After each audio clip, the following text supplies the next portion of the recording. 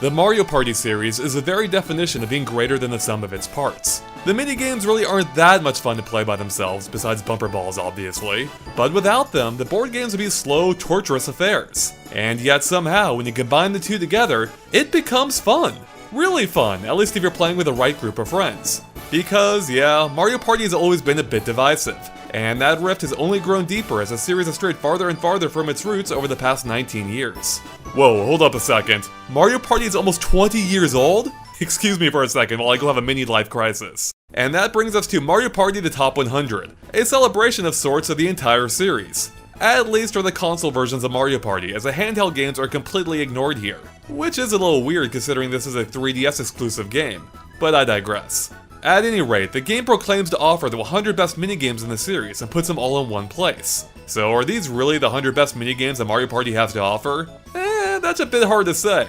After all, I doubt there could ever be a list that everyone would fully agree on. So all things considered, I'd say it's a decent lineup, but not necessarily a great one. Most of the must-haves are here, although that is a pretty short list, such as Mario Party 2's Bumper Balls and Shell Shocked, or 3's Bounce and Trounce. But it's also missing some of my personal favorites too, like Mario Party 1's Bobsled Run.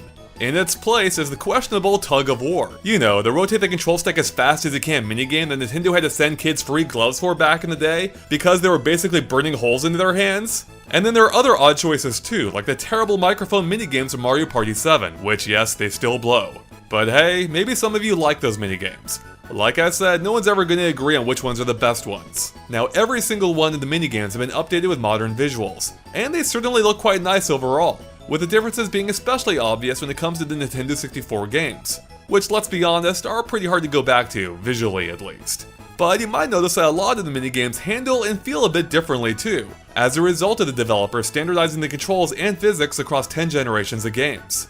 The characters now feel a lot more responsive in Hexagon Heat, for example, and the tanks are noticeably nimbler in Shell Shocked. Although I'm not sure the changes are necessarily an improvement in every case, they're just different. Bumper Balls now feels extra bouncy to me, for instance, but again, I'm not really sure that's a good or bad thing.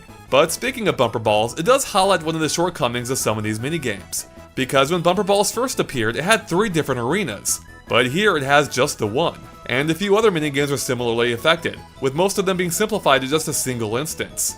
It's a little disappointing when that variety helped make the minigames more replayable.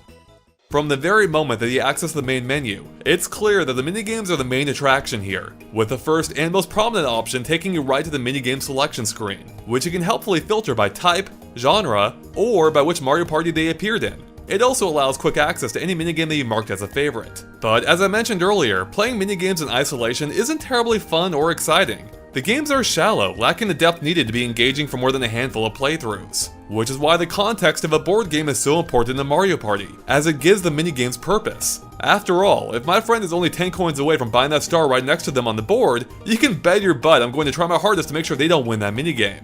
And this is where Mario Party The Top 100 mostly misses the mark, as it de-emphasizes that larger context. Instead of multiple unique boards with different designs and themes, as in past games, the Top 100 offers just one in a mode called Minigame Match. And to its credit, the gameplay here isn't bad, even featuring staples of the series like buying stars with coins or using items like a boo that can steal an opponent's stars. And it even features a few new wrinkles too, with a more open layout allowing you a bit more freedom in how you maximize your dice rolls. And since each player now has their own screen, everyone is able to roll the dice and take their turns at the same time, which speeds up the action considerably, while also adding a few new twists itself. Like how if 2 of you happen to grab the same star at the same time, a quick duel will decide who gets to take the prize. Unfortunately, the board itself is very basic, and with it being the only one, I found myself tiring of it quickly. Now, the game does provide a couple of other modes, but both are incredibly simple by comparison. There's Championship Battles, which is a simple contest to see who can win the most of 3 or 5 minigames, and then there's Decathlon, which is a little bit more interesting. Because instead of just winning or losing a game in a binary fashion, it now awards points based on your completion time across 5 or 10 minigames. It's actually a neat idea, as you could theoretically win the whole thing without taking first place at any single individual minigame. Unfortunately, the selection of minigames is always the same 5 or 10, which greatly limits its replayability. And that's it, that's all the modes available for multiplayer. But thankfully, the game is compatible with single card play, and no content is blocked off, so it is nice not having to worry about finding extra copies of the game. However, if you have the misfortune of playing by just yourself, there is one more mode available in the form of Minigame Island, which is a super simple adventure where you go level to level or minigame to minigame until you reach the end. It's really little more than a glorified menu, even if there is a Bowser fight at the end, being of course in the form of a minigame from Mario Party 4. Now, playing Mario Party by yourself isn't something I would recommend to my worst enemy, and while I do appreciate that the developers put in some effort for those playing by themselves, it is annoying that you have to play through that mode if you want to unlock all the minigames in the other modes. So yeah, Mario Party the Top 100 is a little weird. What could and should have been a celebration of the entire series really only celebrates half of it, being the minigames. Can it really be the ultimate Mario Party if it's missing half of the gameplay, being the board games? Heck, is it even Mario Party at that point?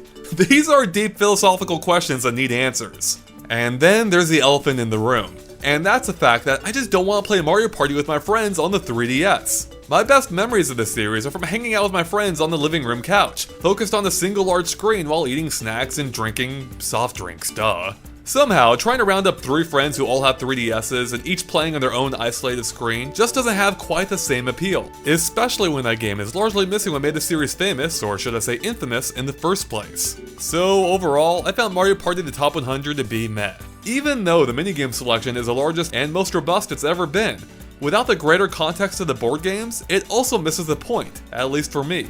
There's still a few pockets of fun to be found here, but it's generally limited and short-lived. And with that, thanks for watching, and make sure to subscribe to GameXplain for more on Mario Party and everything else Nintendo too.